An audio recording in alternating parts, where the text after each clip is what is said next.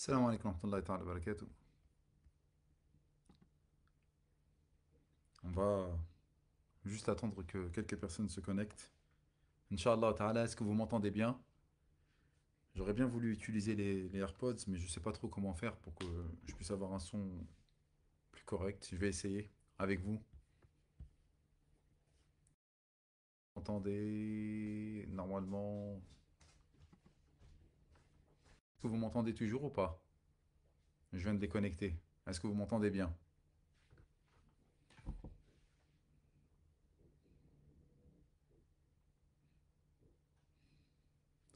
Est-ce que vous m'entendez bien? En attendant que quelques personnes se connectent, Inch'Allah ta'ala, on va juste essayer de refaire un petit débrief, ce que nous avions vu la dernière fois. Vous vous rappelez? Euh, le live du lundi soir, ouais, j'avais parlé du sujet entre l'endurance et la patience. Est-ce que qui s'en souvient? Parfait. Salam alaikum wa rahmatullahi ta'ala wa barakatuh. Ça y est, bon, la technique, on est bien. On avait parlé de la patience, la différence entre la patience et la différence entre l'endurance. Comment pouvons-nous définir justement cette différence qui est marquante? Là, en attendant que quelques personnes se connectent pour essayer de voir, Inch'Allah ta'ala, comment on peut faire améliorer les choses. Pour reprendre le film, parce que ça fait depuis pas mal de temps qu'on ne s'est pas vu. La semaine dernière, il y a eu un appel au don sur la chaîne. Et donc, ça fait presque 3 semaines qu'on ne s'est pas vu, voire même un mois. Donc, c'est pour ça que je veux faire un petit rappel avec vous. Est-ce qu'il y avait des personnes qui étaient là? On s'en souvient? Est-ce qu'on s'en souvient? Vous vous en souvenez ou pas? La différence entre la patience et l'endurance. Et là, je vois la dernière partie aujourd'hui sur la destinée. Pourquoi j'arrive pas à trouver un mari? Pourquoi mon enfant est mort en bas âge? Pourquoi je suis né handicapé? De quelle manière je vais gérer cette vie-là? Pourquoi j'ai une vie de malheur? Il y en a qui disent j'ai une vie de malheur, il y en a qui disent que je suis pas béni, il y en a qui disent qu'ils ont été touchés par l'adversité, par des difficultés. Là, c'est la dernière partie, mais on a envie de faire déjà un petit rappel. Est-ce qu'on peut faire le rappel ou pas, à votre avis? Non? Salam alaikum wa rahmatullahi ta'ala wa barakatuh. Salam alaikum wa rahmatullahi ta'ala wa barakatuh. Bon, bah, s'il n'y a pas de commentaires, si vous en souvenez pas, bah, je fais moi-même le rappel, c'est pas grave. J'avais fait une khutbah de Jumu'ah parce que là, nous sommes dans un débrief pour ceux qui viennent de nous rejoindre des khutbahs de Jumu'ah. Et dans ce débrief-là, nous avions vu, subhanallah, qu'Allah Jalla fi'ulah avait fait une nette démarcation entre ce qu'on appelait la patience et ce qu'on appelait l'endurance. Ce qu'on appelle la patience, bah, c'est une chose, et ce qu'on appelle l'endurance est une autre chose. Et donc, la manière de faire et d'avoir la différence. Bah, salam wa rahmatullahi ta'ala wa barakatuh. Il avait dit que les patients, ce sont ceux qui attendent que ça passe. Et justement, ils sont patients comme un malade sur un lit d'hôpital. On l'appelle le patient parce qu'il attend que sa maladie passe. Et lorsque nous avions cité le verset Inna Allah ma'a sabirina ida sabaru, certes Allah subhanahu wa ta'ala est avec les patients lorsqu'ils patientent, mais je galvaude le mot, je le fais. Eh bien, ça a indiqué autre chose également, qu'Allah Azzawajal n'est pas simplement qu'avec les patients, mais qu'il est avec autre chose. Machallah, c'est excellente question, Fleurvie. SVP, je me suis marié, ça fait déjà 8 ans sans enfant. Dis-moi quoi faire. Masha'Allah. Voilà, ça c'est une excellente question. C'est, comment dirais-je, c'est du réel, c'est du pratique, c'est tout de suite. Il y en a plein qui galèrent dans leur vie, avec des difficultés plus ou moins intenses. Donc, je sais pas. Vous savez pas? J'enchaîne. Allah Jalla fi'ala, il a dit que l'endurance, c'était de continuer à faire des actions et de se satisfaire de sa condition qu'Allah subhanahu wa ta'ala l'a mis. Al-qana'a. Al-qana'a ne vient qu'avec la patience. C'est-à-dire que le qana'a, c'est de l'endurance, c'est de la patience avec le fait de se satisfaire. Masha'Allah, tabarakallah. Je suis en train de regarder si c'est avec Abdel, ça passe bien. Il est avec nous, Masha'Allah, tabarakallah, notre directeur. Qu'Allah le préserve. Abdel, coucou. La page, qu'Allah le préserve. Il fait un beau travail. Pour ceux qui viennent de nous rejoindre, ça fait 5 minutes et j'y vais enchaîner, Inch'Allah ta'ala. On parle des différents types de patience et des différents types d'endurance. Allah subhanahu wa ta'ala aime les endurants plus que les patients. Les patients, ils attendent que ça passe, mais les endurants, ils sont toujours dans l'effort lorsqu'il y a des choses qui sont en train de se faire. Ça y est, une fois c'est dit. Ensuite, nous avions défini trois types de patience. Le premier type de patience, c'est la patience dans l'adoration d'Allah Jalla fi'ala. Eh oui, il faut être endurant dans l'adoration d'Allah. Là, il y a les 3 jours lunaires qui vont arriver. Eh, j'ai pas envie de jeûner, j'aime bien prendre mon petit café du matin, etc. Donc, pour pouvoir, mashallah, tabarakallah, jeûner, ça demande de l'endurance. Il faut que je fasse des actions et c'est pas facile à mettre en place. Prier subah tous les matins, bah, c'est difficile. Il faut se lever, il faut s'arracher de son lit. C'est quelque chose qui est compliqué. Et nous avons vu en fait que dans les trois types, enfin dans l'adoration, dans la patience qui est l'adoration, nous avions vu qu'il y avait trois sous-types. La première, c'est de faire les choses avec une niya saliha. Des fois, on va mettre le foulard parce que lorsqu'on met une foulard, bah, les garçons nous laissent tranquilles. Voilà. Donc moi, je mets le foulard lorsque je sors dehors pour pas être embêté par les gars de mon quartier. Est-ce que je fais les choses pour Allah subhanahu wa ta'ala? Est-ce que je fais les choses pour qu'on me laisse tranquille? Ou est-ce que je fais les choses pour bien me voir? Eh bien, parmi les adorations, il faut être endurant dans le fait qu'il faut faire les choses exclusivement pour Allah, donc avoir une bonne intention. La deuxième des choses également, c'est et bien entendu de ne pas faire les choses pour riya, je vais faire un hajj, une umrah, je suis en train de me snapper, etc., en train de faire le tawaf. Je fais un petit rappel, hein. Après, je vais enchaîner, bi'idhnillah ta'ala. De toute manière, ça ne va pas être très long aujourd'hui le live. Et donc, la deuxième des choses, c'est que je dois être endurant dans le fait que je fasse les choses exclusives pour Allah Azzawajal et non pas pour les autres. Et dans l'adoration, il y a un deuxième type également d'endurance qu'il faut avoir, c'est d'adorer Allah subhanahu wa ta'ala selon la seule législation. Je ne prie pas comme je veux, je ne jeûne pas comme je veux, je ne m'habille pas comme je veux. Et pour apprendre à adorer Allah Jalla fi'ala, cela demande de l'endurance, de s'asseoir et de faire les choses de manière concrète avec des livres et toutes ces choses-là. Et donc ça, c'est un deuxième type d'endurance dans l'adoration. Et dans le premier cas d'endurance qu'on doit voir, et c'est le troisième, c'est un petit peu compliqué, mais en fait c'est quoi? C'est premier type d'endurance, c'est l'adoration. Ensuite, il y a trois sous-types. Et là, je parle du dernier. C'est le fait de ne pas parler des actes de bien que nous nous avons. La nuridu minkum jaza'an wala shukura. Nous ne venons de vous ni récompense, ni même remerciement. Si nous avons fait les choses, nous les avons fait exclusivement que pour Allah Jalla fi'ala. Alors, nous avions cité comme exemple qu'il y avait des personnes qui faisaient du bien, et cette personne-là leur avait fait un coup de grâce, leur avait mal parlé. Tu te rappelles ce jour-là, je t'avais fait, tu te rappelles ce jour-là, je t'avais donné. Regarde comment tu es mauvais, regarde comment tu es ingrat. Normalement, tu ne devrais pas me parler ainsi. Eh bien, c'est fini. Il fallait patienter vis-à-vis de cette chose-là. Même si tu as fait du bien à une personne et que cette personne te le rend par le mal, malish, c'est pas grave. Next, tu passes à autre chose. Tu l'as fait pour Allah, j'ai fait. Donc ça, machin, trois types de patience que nous devons, ou d'endurance que nous devons avoir dans le grand premier titre qui est l'endurance dans l'adoration. Ensuite, nous avons vu un deuxième type d'endurance qu'il fallait avoir, c'est quoi? Fi ma'siyatillahi jalla fi'ula, dans la désobéissance à Allah jalla fi'ula. Eh bien, ça c'est clair. Lorsque je suis attiré par le sexe opposé, je le regard. Je ne dois pas mentir, je ne dois pas acheter des choses tombées du camion, je dois essayer de me conformer et de faire en sorte de me rapprocher le plus de l'adoration d'Allah Jalla fi'ula. Et donc toutes ces choses-là vont nous indiquer qu'il faut, et ça demande de l'endurance. Parce que c'est pas simple, subhanallah. Nous sommes attaqués de toutes parts, et par notre nefs qui appelle le mal, et par le shaitan, le qarin qui est avec nous, et par les gens qui sont de mauvaise fréquentation et qui nous demandent toujours de faire des actes qui ne sont pas correctes. Donc toutes ces choses-là également impliquent de la patience. Et nous avions détaillé, machallah, comment patienter vis-à-vis de ça. Nous avions donné des outils, des instruments pour que l'on puisse avancer sur cette chose-là. Et maintenant, aujourd'hui, le type de patience que j'aimerais voir avec vous qui est très important, c'est la patience sur la destinée d'Allah Jalla fi'ala. Eh oui. Et ça, c'est pas quelque chose de facile. Et là, j'introduis, pour ceux qui viennent d'arriver, nous avions vu les trois types de patience. Nous sommes en train de faire un débriefing de la Jumu'ah. Et j'avais fait une Jumu'ah sur l'endurance, sur la patience. Et là, nous sommes à notre troisième type. Et je continue, ce sera la fin, bi'idhnillah ta'ala. Qu'est-ce que l'endurance dans la destinée d'Allah Jalla fi'ala? Il y en a qui naissent handicapés, il y en a qui ont des problèmes, il y en a qui n'arrivent pas à se marier. Il y a une sœur, machallah, Fleur, qui nous disait qu'elle n'arrivait pas à avoir d'enfant depuis 8 ans maintenant, etc., etc. Et comment pouvoir gérer ces choses-là face à la destinée d'Allah Jalla fi'ala. Donc revenons un petit peu en arrière et essayons de comprendre un petit peu qu'est-ce que l'identité du musulman. Nous avions dit qu'en fait l'individu, le musulman, il avait été créé pour une lutte. وَلَقَدْ خَلَقْنَا الْإِنسَانَ فِي كَبَدٍ. Nous avons créé l'individu pour une vie de lutte. Effectivement, cette vie, c'est une vie de test. Pour avoir soit la félicité éternelle après notre mort, ou bien un châtiment terrible que nous ne voulons pas et que nous demandons à Allah subhanahu wa ta'ala de nous préserver de ce dernier. Allahumma amin. Très bien. Une fois que nous avons dit cette chose-là, il faut qu'on comprenne une chose extrêmement importante, c'est que le musulman dans cette dunya est appelé à subir des tests, des épreuves ou des calamités. Et dans la manière dont j'avais abordé les choses, il faut définir quelle est la différence entre une calamité et quelle est la différence entre une épreuve. Et comment on peut le savoir ça? On ne peut le savoir que par rapport à notre engagement vis-à-vis de cette épreuve ou de calamité. Parce que parfois ça sera une calamité et parfois ça sera une épreuve. Et comment on peut le savoir si c'est une épreuve ou si c'est une calamité? Bien, c'est extrêmement simple. Si l'épreuve qu'Allah Jalla fi'ala nous a donnée et qui nous a permis de devenir meilleurs et qu'on s'est rapproché plus d'Allah Jalla fi'ala, eh bien on peut appeler ça une épreuve. Et cette manière de faire qu'Allah nous a donnée, c'est pour nous remettre sur le droit chemin. Donc ça, c'est une chose qui est hyper opérationnelle.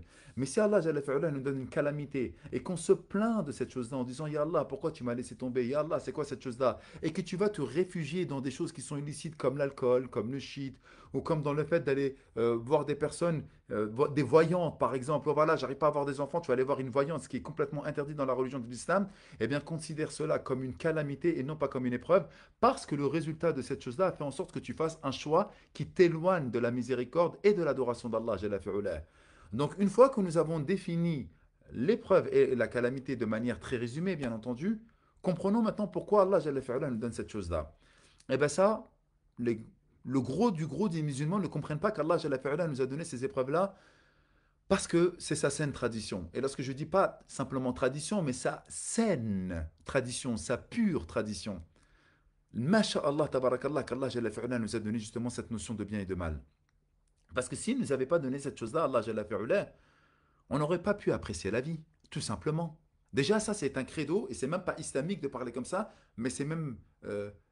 ça va de pair, en fait. On peut dire que c'est un concept philosophique, mais non, c'est cartésien. S'il n'y avait pas le mal, comment pourrions-nous comprendre ce qu'est le bien? S'il n'y avait pas la mort, comment pourrions-nous comprendre que nous sommes en vie? S'il n'y avait pas la pauvreté, comment pourrions-nous comprendre qu'est-ce que c'est qu'être à l'aise ou avoir des biens? S'il n'y avait pas la famine, comment pourrions-nous savoir que nous sommes repus? S'il n'y avait pas la maladie, comment pourrions-nous comprendre ce qu'est la bonne santé? Donc, dans la saine tradition d'Allah, il faut que vous le compreniez de manière claire et nette, c'est que si parfois, tantôt, nous sommes touchés par l'adversité, par la perte des biens, par la maladie, par la perte des êtres chers, etc., c'est juste pour comprendre que, Alhamdulillah, énormément de bienfaits et pour que l'on puisse se rendre compte des bienfaits. Mais il y a certaines personnes qui sont non-croyantes et qui disent, mais si votre Dieu était si miséricordieux, pourquoi il nous donne tellement de misère? Eh bien, si Dieu était si miséricordieux, il ne nous aurait pas fait vivre sur terre. Et il est miséricordieux pour le test qu'il nous propose, pour avoir comme résultat à la fin du test de notre vie le paradis éternel, où là on ne connaîtra ni famine, ni soif, ni faim, ni détresse, ni affliction, ni quoi que ce soit. Donc, Alhamdulillah, Rabbil Alamin, lorsque nous sommes touchés par l'épreuve, c'est tout simplement pour se rendre compte et pour comprendre que il y a le bien, il y a le mal, il y a la tristesse, il y a le bonheur, il y a la vie, il y a la mort, il y a la maladie, il y a la santé. Donc, ces oppositions nous indiquent simplement de comprendre ce qu'est la vie. Parce qu'en fait, c'est ça la vie. Une fois que nous avons défini dans quoi nous sommes en train de vivre, Alhamdulillah, Rabbil Alamin, maintenant pourquoi Allah, Jalla fi'ala, tantôt il va donner des épreuves à des croyants? Mais subhanallah, Mahdi, je dis la ilaha illallah Muhammadan Rasulullah et je me retrouve secoué, ébranlé par la vie d'ici-bas. Je me suis marié, alhamdoulilah, rabbil alamin, mais je n'arrive pas à avoir d'enfants. Je gagne beaucoup d'argent, mais je n'arrive pas à avoir la baraka ou à dépenser de manière correcte les choses. Comment je peux faire? Eh bien, Allah Jalla fi'ala, si nous prêtions une oreille attentive à la parole de Sa Majesté, comme d'habitude au Coran, eh bien, il nous donne une indication claire de cette chose-là qui est dans la parole d'Allah, dans la parole de Sa Majesté Allah. Allah Jalla fi'ala nous dit, et on l'a dit plusieurs fois, et on en a parlé plusieurs fois, وَلَنَبْلُوَنَّكُمْ بِشَيْءٍ مِنَ الْخَوْفِ. Nous allons un peu de peur, وَالْجُوعَ, par un peu de faim, وَنَقْصٍ مِنَ الْأَمْوَالِ, par un peu de perte des biens, وَالْأَنفُسِ, par la perte des personnes qui nous sont chères, ou par des maladies, وَالثَّمَرَاتِ, et par la perte des récoltes, وَبَشِّرِ الصَّابِرِينَ, et annonce donc la bonne nouvelle aux patients. Lesquels? C'est pas n'importe qui. الَّذِينَ إِذَا أَصَابَتْهُمْ مُصِيبَةٌ, ceux qui ont été touchés par l'épreuve, qui ont été touchés par la calamité, ils dirent Inna lillah, Inna lillah, nous appartenons à Allah, wa inna ilayhi raji'un, et nous retournerons à Allah. Qu'est-ce que c'est beau l'islam? Qu'est-ce que c'est facile l'islam? Mais la plupart des gens, en fait, ils ne calculent pas cette chose-là. Non. Les gens, ils aiment beaucoup, beaucoup se plaindre. D'ailleurs, c'est normal qu'on se plaigne, ça fait partie de notre être. Allah Jalla fi'ala, nous a créé de trois types de nafs. Trois types de nafs. Un nafs al-lawwama, la, la nefs qui se plaint toujours. Elle est tout le temps en train de se plaindre. Nafsul mutma'inna, l'âme, plutôt pas l'âme, mais nefs qui est apaisée. Ouais, la dernière nefs, un nefs al-ammaratu bisu, la nefs qui appelle au mal. C'est ça, al-ammaratu bisu. Donc, si parfois nous nous plaignons, eh bien, c'est que c'est normal, ça fait partie du plus tréfonds de notre personne. Mais ce que veut Allah, subhanahu wa ta'ala, c'est que lorsque nous sommes touchés par une affliction, on doit se plaindre à Allah, jalla fi'ala. Donc, il a dit, alladina idha asabathum, qui? Les croyants. Wa bashir as-sabirin, annonce la bonne nouvelle aux endurants qui ont été touchés par l'épreuve et qui disent quoi? Inna lillah, nous appartenons à Allah, wa inna ilayhi raji'un, et nous retournerons à Allah. Très bien, arrêtons-nous un instant sur ces deux propos qui sont hyper importants. Nous, on pense que on s'appartient. On pense que la vie nous doit être facilitée et qu'Allah nous doit quelque chose. Tu m'as créé, tu me dois. Je dois bien vivre, tu dois me donner un beau mari, tu dois me donner de beaux enfants, tu dois me donner toutes ces choses-là. Ya Allah, tu m'as créé, tu me dois. Ou si on n'est pas touché par des choses qui sont, subhanallah, à l'aise, eh bien, qu'est-ce qui se passe? Ouais, pourquoi moi, ya Allah? Pourquoi moi, ya Allah, tu me donnes des épreuves? Pourquoi, ya Allah, tu donnes des épreuves aux croyants, aux musulmans? Dans tous les pays du monde, nous voyons qu'en fait, les musulmans subissent une calamité. Ils sont dans une difficulté atroce. Pourquoi, ya Allah, tu nous as fait subir cette chose-là? Pas mal. T'es fort, toi. Tu dis, ya Allah, pourquoi? Pourquoi moi? Pourquoi j'arrive pas à avoir d'enfant? Pourquoi j'ai 35 ans, 40 ans, je ne suis toujours pas marié? Et regarde ce qu'ils nous disent après, les sœurs et les frères. C'est le maktoub. C'est Allah qui l'a décidé pour moi. Moi, je ne suis pas d'accord avec vous. Non, non, non, je n'accepte pas. Je suis sincèrement désolé, mais je n'accepte pas. Vous n'avez pas le droit de dire ça de mon Seigneur. Si vous pensez mal d'Allah, moi, je ne peux pas accepter que vous parlez mal de mon Seigneur Allah. Le miséricordieux, le doux, le tendre, l'affable, celui qui écoute 24 sur 24 les doléances et les invocations de ses serviteurs. Même de la fourmi noire dans la nuit noire dans un rocher, il lui donne sa subsistance. Et toi, tu me dis quoi? Ouais, à 40 ans, j'ai pas pu me marier. C'est le maktoub.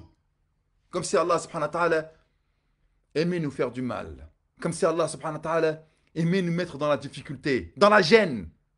Mais vous racontez quoi, s'il vous plaît? En plus, c'est une chaîne d'Arifton qui est musulmane. Donc, à un moment ou à un autre, on doit avoir de meilleures pensées, une meilleure opinion de sa majesté, de sa grandeur, de sa magnificence, de sa grande miséricorde. Allah! Mais lorsqu'il nous touche par quelques adversités, tout de suite, on est là en train de se plaindre. Non, je suis désolé. C'est pas le mektoub. Arrêtez. J'ai pas pu avoir d'enfant. C'est pas le mektoub comme ça. Bien sûr que toute chose est consignée, toute chose est écrite. Là, chaque fidèle. Mais une session entière sur la destinée.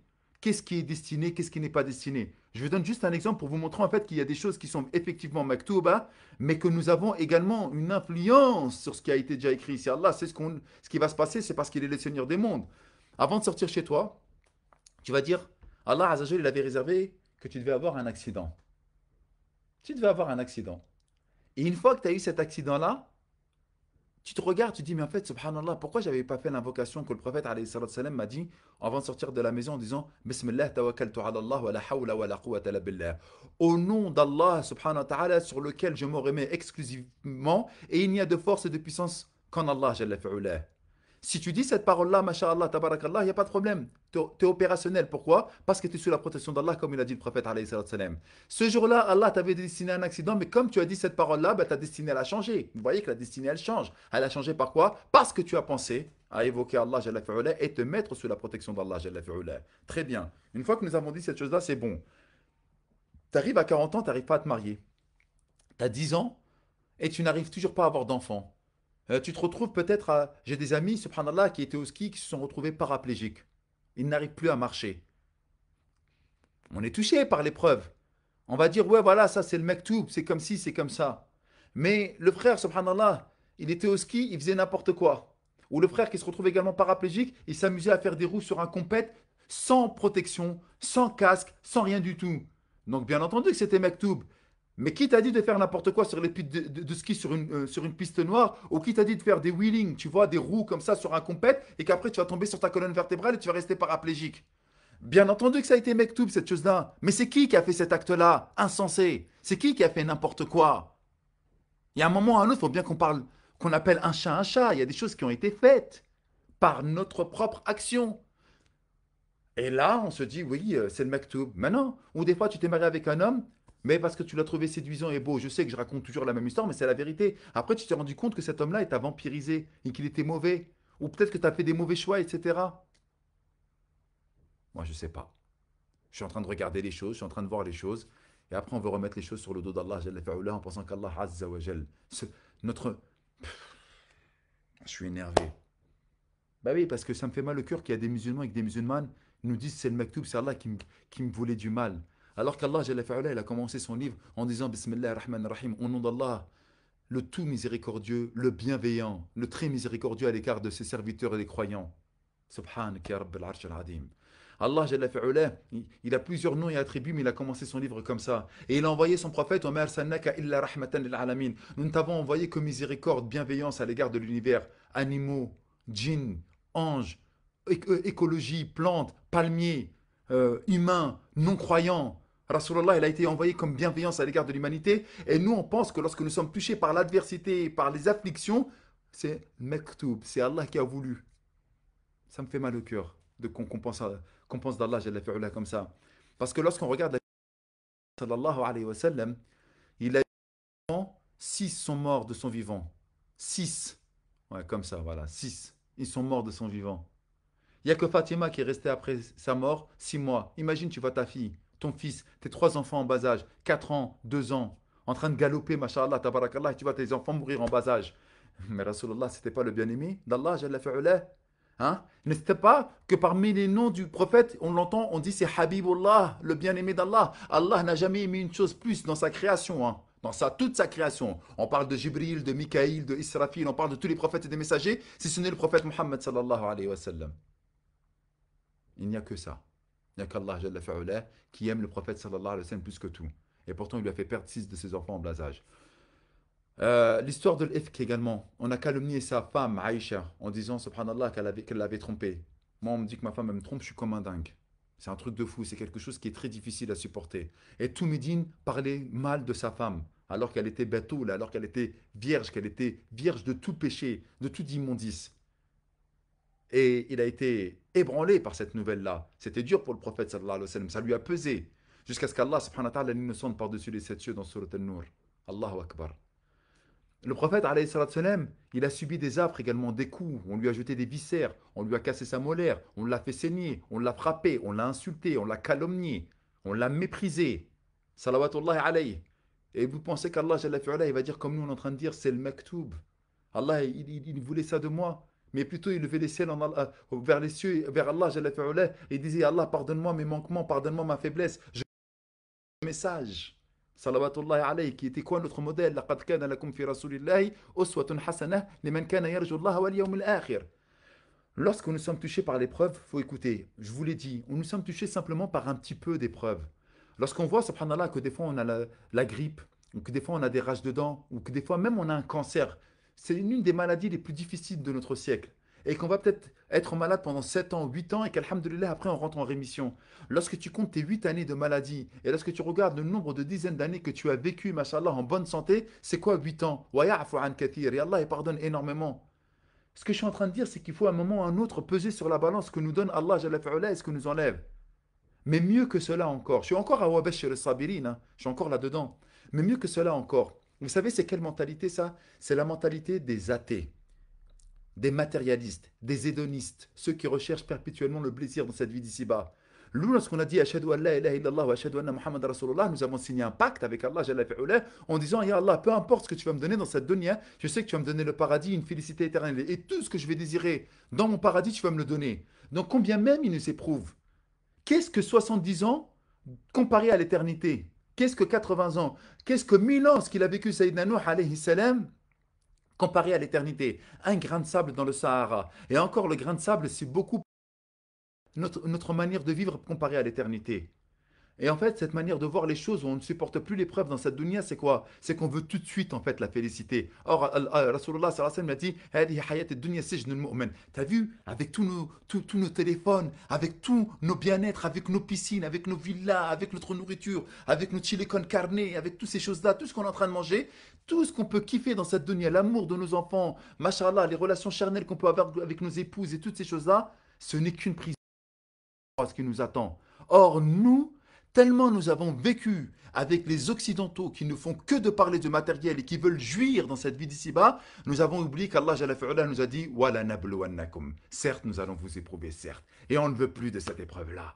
Ça veut dire que le pacte La ilaha illallah wa ashhadu anna Muhammadan Rasulullah en échange du paradis, en se disant non, et Allah, pourquoi moi? Mais qu'est-ce que j'ai fait? Eh bien, on met ce pacte-là de côté. C'est ça la réalité. Mais le musulman, il ne réfléchit pas comme ça. Rasulallah n'a pas réfléchi comme ça. Les compagnons n'ont pas réfléchi comme ça. Tous les hommes sains d'esprit ne réfléchissent pas comme ça. Ils patientent et ils disent Alhamdulillah. Pourquoi? Et ça, c'est une partie qui est très importante. Lorsque nous sommes touchés par l'adversité, même le kafir, al-mulhid, le athée, celui qui ne croit en rien du tout, lorsque l'avion commence à faire des tonneaux, lorsqu'il commence à Oh mon Seigneur, aide-moi. S'il te plaît, Dieu, si tu existes, aide-moi.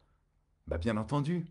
Pourquoi regardez, subhanallah? Parce que instinctivement, lorsque nous sommes démunis de tout soutien, eh bien la seule chose qui nous intéresse, c'est de se tourner vers le grand, l'unique Allah, Jalla fi'ula, le suprême Allah, Jalla fi'ula. Et donc parfois, lorsque nous sommes touchés par l'adversité, eh bien c'est un cadeau qu'Allah nous donne pour dire, hé mon serviteur, reviens vers moi. Reviens vers moi. C'est moi qui va te faciliter dans cette dunya, mais reviens vers moi parce que c'est moi qui va te donner. Et regardez ce hadith magnifique qui nous disait le prophète alayhi salatu wassalam, mais nous on est ingrats vis-à-vis d'Allah Jalla fi'ula. Oui, tu cries, mais je crie alors, je fais ce que je veux.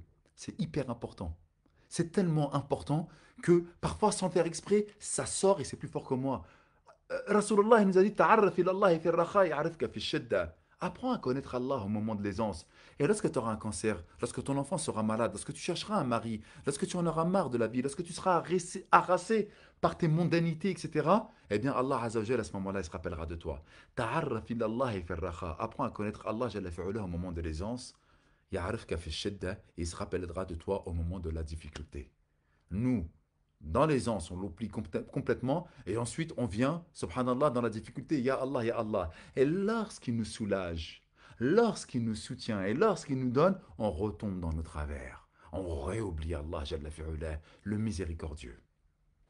Donc l'épreuve, parfois, elle nous permet de revenir vers Allah. C'est une petite claque, un petit électrochoc. Hé mon serviteur, t'as oublié que tic-tac, inéluctablement, tu viens vers moi, ton retour est vers moi, hein? Et le Wa ilayya al-masir, c'est vers moi que tu reviendras. Tu as oublié ça? Eh bien, de temps en temps, Allah Jalla fi'ala nous donne une épreuve pour nous dire cette vie-là, c'est une vie trompeuse. Mata'ul ghurur n'est qu'une jouissance trompeuse. Et il nous montre, subhanallah, par la difficulté que parfois nous pouvons ressentir. Parce que si cette vie-là, elle était tout le temps super bien, et d'ailleurs, Allah Jalla fi'ala, il a éprouvé les communautés, les cités qui nous ont précédés par le bien. Ils pensaient avec tout l'or, les vergers qu'ils avaient, les ruisseaux et les rivières qui coulaient sous leurs pieds, etc. Ils pensaient qu'ils étaient éternels et qu'ils n'allaient jamais mourir. Eh bien, Allah Azzawajal les a châtiés par ses bienfaits, justement, en oubliant l'akhirah. Mais nous, les croyants, lorsqu'Allah nous aime, comme il a aimé le prophète, alayhi salam, et comme il a aimé tous les saints, parfois il va les secouer, subhanallah. Il va les secouer pour qu'on puisse revenir vers Allah, Jalla fi'ala, et en se disant, mais subhanallah, cette vie-là, en fait, elle est difficile. C'est pas le top du top. Il nous montre Allah Jalla fi'ala que cette vie-là n'est qu'une vie de test et de passage et que nous devons véritablement commencer à œuvrer et à investir pour l'akhirah. Donc, وَبَشِّرِ الصَّابِرِينَ et annonce la bonne nouvelle aux endurants الَّذِينَ إِذَا أَصَابَتْهُمْ مُصِيبَةٌ ceux qui ont été touchés par l'épreuve قالوا ils dirent quoi? Inna lillah, nous appartenons à Allah. Eh ouais. Salut, ça va? Ah tiens, j'avais oublié que j'appartenais à Allah Jalla fi'ala, que ma vue, mon odorat, mon épouse, mes enfants, mes biens, ma santé, l'oxygène que je respire, le monde, l'espace-temps dans lequel je vis, appartient à Allah. Salam alaikum, bienvenue, c'est l'islam. Ah oui, c'est ça. C'est cette mentalité-là que nous devons avoir. Mais c'est vrai que je le dis de manière un petit peu loufoque, mais c'est élémentaire. Mais parfois on a oublié que Inna lillah, nous appartenons à Allah. Jalla fi'ala. Et donc, lorsque moi je te prête quelque chose et que je veux le récupérer, je le récupère quand je veux, j'en dispose comme je veux. C'est qu'un prêt. Cette vie-là n'est qu'un prêt. Allah Jalla fi'ala nous a dit que ce n'était qu'un prêt. Et une fois que nous avons compris cette chose-là, alhamdulillahi rabbil alamin. Donc, inna lillah, nous appartenons à Allah, wa inna ilayhi raji'un, et nous retournerons à Allah. N'oubliez pas la deuxième partie, nous retournerons. C'est-à-dire, aussi riche que tu puisses être, autant d'enfants que tu puisses avoir, eh bien, tu retourneras à Allah, tu vas tout délaisser, tu repartiras comme tu es venu, nu. dans un linceul, où tu seras mangé par les asticots. Les asticots, ils ne viennent pas de l'extérieur. C'est ton corps tellement il pourri qui se transforme en asticot. Allahu Akbar.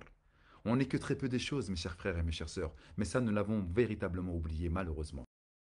Lillah wa inna ilayhi raji'un. Et à Allah subhanahu wa ta'ala nous retournerons. Une fois que nous avons dit cette chose-là, alhamdulillah rabbil alamin, regarde ce que nous dit Allah jalla fi'ala dans la suite. وبشر الصابرين الذين إذا أصابتهم مصيبة قالوا إنا لله وإنا إليه راجعون أولئك عليهم صلوات من ربهم ورحمة الله أكبر أي ما ouais. Incroyable mais vrai. Oulaïka alayhim salawatun min rabbihim wa rahma. Nous, on doit tendre à cela. Mais franchement, je vous dis un truc, si on n'arrive pas à réfléchir avec ces choses-là, c'est parce qu'en fait, on n'a pas confiance en Allah Jalla fi'ala. Oulaïka alayhim salawatun min rabbihim wa rahma. Oulaïka alayhim salawatun min rabbihim wa rahma. Voilà à ceux qui vont avoir les bénédictions de la part de leur Seigneur et les miséricordes. Ah oui, dans cette dunya, il va non seulement enlever ton malheur. Mais j'ai jamais réussi à avoir d'enfant, c'est pas grave. Qu'est-ce qui va enlever ton malheur? J'ai bien dit ton malheur, parce que comme tu n'as pas eu d'enfant, tu as été triste, donc c'est un malheur. Mais Allah, Jalla fi'ala, parfois, même il ne te donne pas d'enfant, il va quand même enlever ton malheur. De quelle manière? En mettant al-qana'a. Et c'est quoi al-qana'a? C'est le plus beau cadeau qu'il puisse donner à son serviteur, c'est de se satisfaire de ce qu'il a. Tu ne seras plus triste, mashallah, de ne pas avoir eu d'enfant. Tu comprendras, subhanallah, que Allah, subhanahu wa ta'ala, voulait autre chose pour toi. Allahu Akbar. Il n'y aura pas de célibataire au paradis. C'est Rasulullah qui nous le dit. Pas de célibataire. Écoutez bien. Et si Allah, Jalla fi'ala, des fois va nous donner des enfants, eh bien ces enfants-là vont nous mettre dans la géhenne. Ils vont le mettre dans l'enfer. Et je me rappelle l'histoire de Moussa alayhi salam avec le Khidr. Lorsqu'il lui a dit, est-ce qu'il y avait quelqu'un de plus savant que toi? Sayyidina Moussa alayhi salam, il a dit, non, il n'y a personne qui est plus savant que moi. Personne. Et là, Allah Azza wa Jalla a donné une révélation, il a dit, si, il y a une personne qui est beaucoup plus savante que toi. Et c'était le Khidr. Et lorsqu'il a commencé à lui poser la question, est-ce que je peux rester avec toi? Il a dit, Lan tastati'a ma'iya sabra. Tu ne pourras pas patienter avec moi, je vais faire des trucs, tu ne comprendras pas. Il a fait, t'inquiète pas, laisse-moi marcher un petit peu avec toi. Première histoire, subhanallah, il voit un navire. Ce navire-là, qu'est-ce qu'il fait le Khidr? Il tire le bois, il fait un trou dans la cale. Et là, Sayyidina Moussa alayhi salam, il dit, mais subhanallah, on leur a demandé de nous faire traverser de l'autre côté de la rive, et toi, tu les remercies en faisant un trou dans leur cale. Je comprends pas. Il a dit, t'as vu, je t'avais dit que tu ne pourrais pas patienter avec moi, Moussa. Oublié. Un prophète ne peut pas se taire lorsqu'il y a une injustice. C'était plus fort que Moussa alayhi salam, pour la petite anecdote. Deuxième histoire, toujours ils sont passés de l'autre côté de la rive et ils arrivent à côté d'une maison où il y a un enfant qui joue. Qu'est-ce qu'il fait? Le Khidr, il vient et il lui arrache la tête. Sayyidina Moussa horrifié. Mais qu'est-ce que tu viens de faire? Tu viens d'arracher la tête d'un enfant innocent. Tu te rends compte? Tu as vu, Moussa, je t'ai dit que tu n'arriverais pas à patienter vis-à-vis de moi. Excuse-moi, j'ai encore oublié. Mais il arrache la tête d'un enfant innocent. Troisième chose, il arrive dans une contrée où il leur demande de gîte et le couvert. Cette contrée-là, ce village-là, il dit, on ne vous connaît pas, vous êtes des étrangers, on ne veut pas de vous. À la sortie du village, El Khidr, il voit un mur qui était autour de ce village-là, qui le protégeait, ce village-là, qui était sur le point de s'effondrer. Qu'est-ce qu'il fait, El Khidr? Il redresse ce mur. Et là, Sayyidina Moussa, étonné, lui dit, Subhanallah, les gens qui ne t'ont rien fait, tu leur fais du mal, et les gens qui te font du mal, tu leur redresses leur mur. Oh!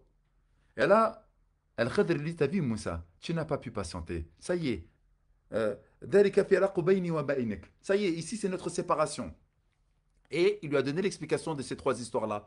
La première histoire, c'est que un roi de l'époque, il était en train de prendre tous les navires et toutes les personnes qui étaient propriétaires des navires pour aller à une guerre qui était perdue d'avance. Ils allaient mourir. Donc, Al-Khidr, lorsqu'il a fait le trou dans la cale, il a fait en sorte de préserver et les gens de ce navire-là et ce navire-là pour pas qu'il aille à ce roi qui allait dans une mort certaine. Le petit enfant sur lequel on lui a arraché la tête, il allait faire en sorte de grandir et il allait mettre Al-Kufr dans le cœur de ses parents. Il allait demander des choses impossibles à ses parents et ses parents allaient se retrouver en fait à faire quoi? À se retrouver à faire des actes de shirk et ils allaient se retrouver éternellement dans l'enfer. En enlevant la vie de cet enfant, Al-Khidr, il a préservé ces parents-là pour qu'ils puissent aller au paradis parce que c'était des gens qui étaient bons. Et le mur qu'il a redressé, si ce mur-là était tombé, il y allait avoir un trésor qui était en dessous. Or, ce trésor-là appartenait à des orphelins qui étaient encore en bas âge. Et comme les gens de la contrée étaient extrêmement mauvais, d'ailleurs, il ne leur a pas donné le gîte et le couvert, il a fait en sorte, Al-Khidr, de redresser le mur pour pas que le trésor puisse apparaître, pour pas qu'il puisse être volé à ces orphelins.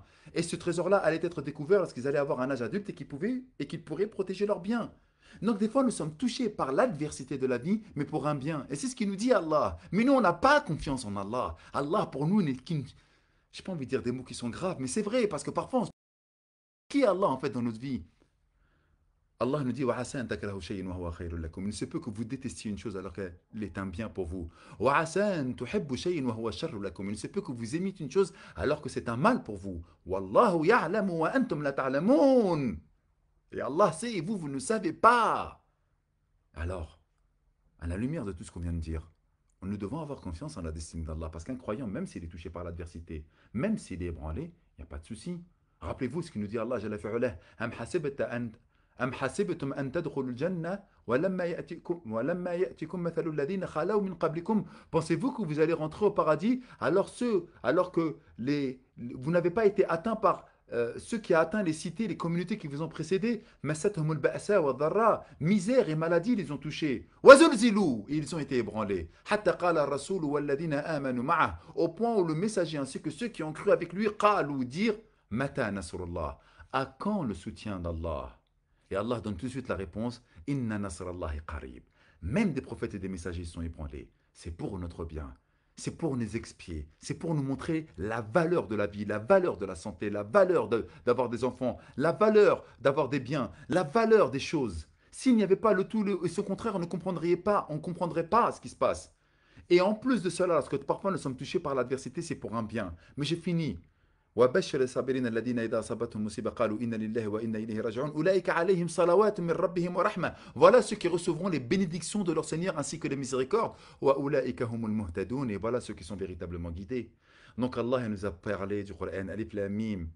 Alif Lam Mim dans Surat Al-Ankabut, où il nous dit Allah subhanahu wa ta'ala que par les épreuves qu'il va nous donner, il va faire en sorte de distinguer ceux qui ont été bons et endurants et ceux qui ont dit vas-y c'est bon je lâche l'affaire.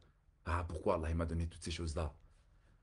Lorsque vous regardez que votre vie de chimère, tellement courte, 70 ans comparée à l'éternité, il y a tellement de rois qui nous ont précédés, des personnes qui ont vécu ô combien mieux que nous et beaucoup plus longtemps que nous, et qui sont devenus poussière, et que nous-mêmes nous allons retourner à poussière, que vaut réellement cette vie, même si nous sommes touchés par les épreuves?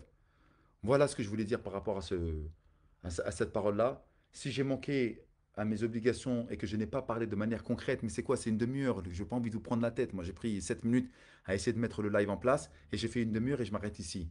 Si j'ai dit des bonnes choses, alhamdoulilah, et qui vous ont permis de vous éclairer sur cette chose-là, alhamdoulilah, ça vient d'Allah Jalla fi'ala qui nous a voulu du bien.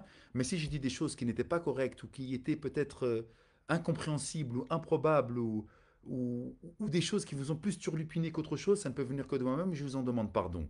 Mais bi'idhnillah ta'ala, je pense que vous avez matière à travailler et nous avons peut-être matière à mieux avancer par rapport à tout cela. Alhamdulillah Rabbil Alamin. On comprendra peut-être la sagesse sur chaque décision qu'Allah nous donnera vis-à-vis de notre vie, mais on peut savoir que tout ce qu'Allah nous donne, ça ne peut être qu'un bien. Et ça parle de quoi? Je reviens juste sur ça et je conclue avec ça. Lorsque les gens ils disent, ouais, mais pourquoi Allah, pourquoi moi, pourquoi ci, pourquoi ça? Voilà, c'est le maktoub, c'est pas le maktoub. Vous aurez toujours chaussures à votre pied, vous trouverez toujours une épouse ou un époux, vous aurez toujours des enfants. Pour la sœur, machallah, qui m'a dit Fleur, ouais, j'arrive pas à avoir des enfants depuis 8 ans. Wallahi al-aliyyil azim. Que cette histoire, le frère, je le connais personnellement et la sœur, je la connais personnellement. Ils sont restés exactement à la même période que vous, ma sœur, qui ne pouvait pas avoir des enfants, au point où ils ont décidé de faire une fécondation in vitro. Ils ont fait tout le protocole nécessaire et sanitaire pour arriver à la fécondation in vitro, ce qui est quelque chose de très lourd. Hein. C'est 5, 6, 7 rendez-vous pour pouvoir, machallah, tabarakallah, faire en sorte de mettre la semence de l'homme dans l'ovule de la femme. Au dernier rendez-vous, là où ils devaient faire cette chose-là, ils arrivent, machallah, ils disent nous abandonnons tout, nous ne voulons plus faire, ça y est, c'est bon. Nous nous en remettons à Allah? Non, absolument pas.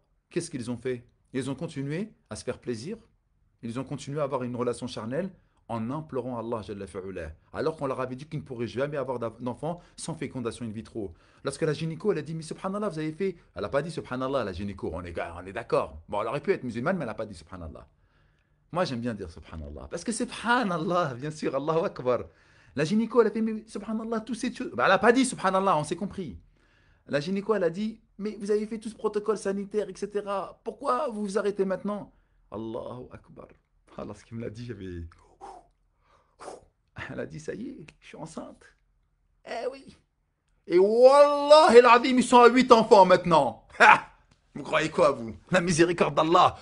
Oulaïka alayhim salawatum min rabbihim wa rahmah. Voilà ceux qui recevront les bénédictions de leur Seigneur et la miséricorde. Ils avaient perpétuellement confiance en Allah. Ils continuaient à faire les causes, ils continuaient à demander, à faire des invocations. 8 ans après, Allah leur a donné une autre histoire, mashallah, tabarakallah. Une sœur, subhanallah, et ça c'est mon ami intime, c'est mon frère. Allahu Akbar, c'est mon frère et c'est mon intime. Ils avaient un petit peu de mal à avoir des enfants. Et subhanallah, ils ont eu une fille, qu'ils étaient extrêmement heureux de l'avoir, cette fille-là. Et après, subhanallah, elle a eu des problèmes, elle a eu des kystes sur ses ovaires. Et il y a une trompe qui est tombée. Il y avait une autre trompe qui fonctionnait à 25%, 20%. Et donc, il ne pouvait plus avoir d'enfants. Wallah el adim, que ce que je vous raconte, c'est la vérité. Je parle à la sœur parce qu'elle m'a posé cette question, en fait. C'est pour ça. Mais c'est des beaux exemples.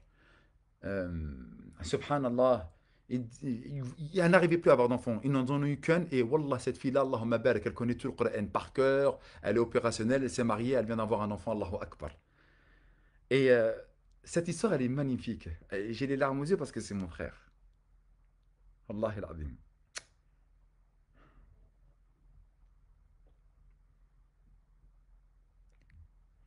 La miséricorde d'Allah, parce que nous, on n'a pas confiance en lui. C'est ça qui m'énerve. Il est tellement bon avec nous. Et on a oublié de placer sa confiance. Mais il dit à une chose, soit et elle est. Mais nous, on est mauvais dans notre cœur. Et le prophète, il a bien compris cette chose-là. Ils essayent de faire un deuxième enfant. Ils n'y arrivent pas. Une trompe qui fonctionne qu'à 15-20%. C'était pas possible.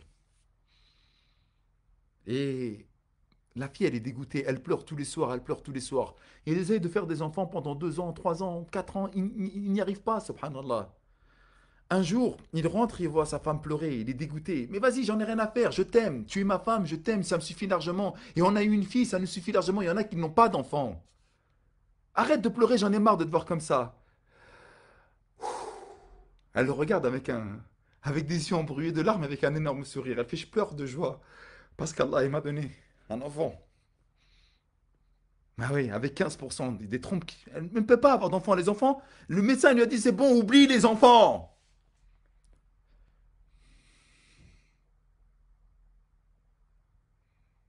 Il a pleuré, tu vois, lui aussi. Après, vous avez cru que c'est fini? Ils l'ont appelé Baraka. Ils l'ont appelé Baraka. Une fois qu'ils l'ont appelé Baraka, il y en a eu encore un troisième. Et il y en a eu encore un quatrième. On est mauvais. C'est nous qui sommes oubliés de faire confiance à Allah qui est capable de tout faire. Bien fait pour nous. Un musulman, il doit perpétuellement avoir confiance en Allah, Jalla fi'ula. Et c'est pour ça que nous sommes croyants. Et c'est pour ça que nous faisons partie du giron du prophète. Le musulman ne désespère jamais en la miséricorde d'Allah. Je m'arrête ici, vous comprendrez que il faut que je m'arrête ici. Subhanak Allahumma bihamdik, ashhadu an la ilaha illa anta, astaghfiruka wa atubu ilayk. J'ai pas envie de continuer parce que je suis un petit peu touché, mais c'est pas grave. Vous avez compris. Inch'Allah ta'ala, si vous avez des questions, vous les poserez via la page, vous les poserez la prochaine fois. Je ne suis plus en état de pouvoir faire le live. Désolé. Salam alaikum wa rahmatullahi wa barakatuh.